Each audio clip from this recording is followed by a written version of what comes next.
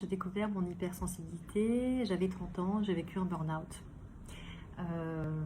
Je crois que le thérapeute magnétiseur que j'ai vu juste après m'a permis de comprendre en fait. J'ai toujours su que j'étais hypersensible, mais je pensais que c'était une faiblesse, jusqu'à ce que je passe un bilan neuropsychologique et qu'on me diagnostique un autisme Asperger et un haut potentiel, avec donc une hypersensibilité confirmée. J'ai découvert mon hypersensibilité bien avant le collège, toute petite.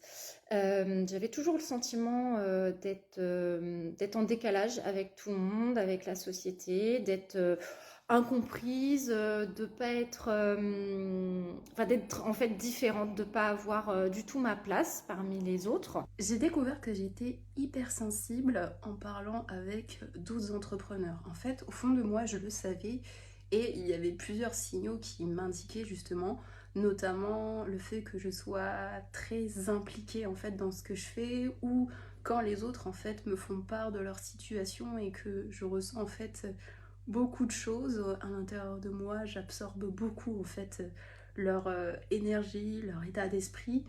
Et souvent, en fait, quand les gens me confient des choses, surtout des choses difficiles, je me mets très vite à la place des autres.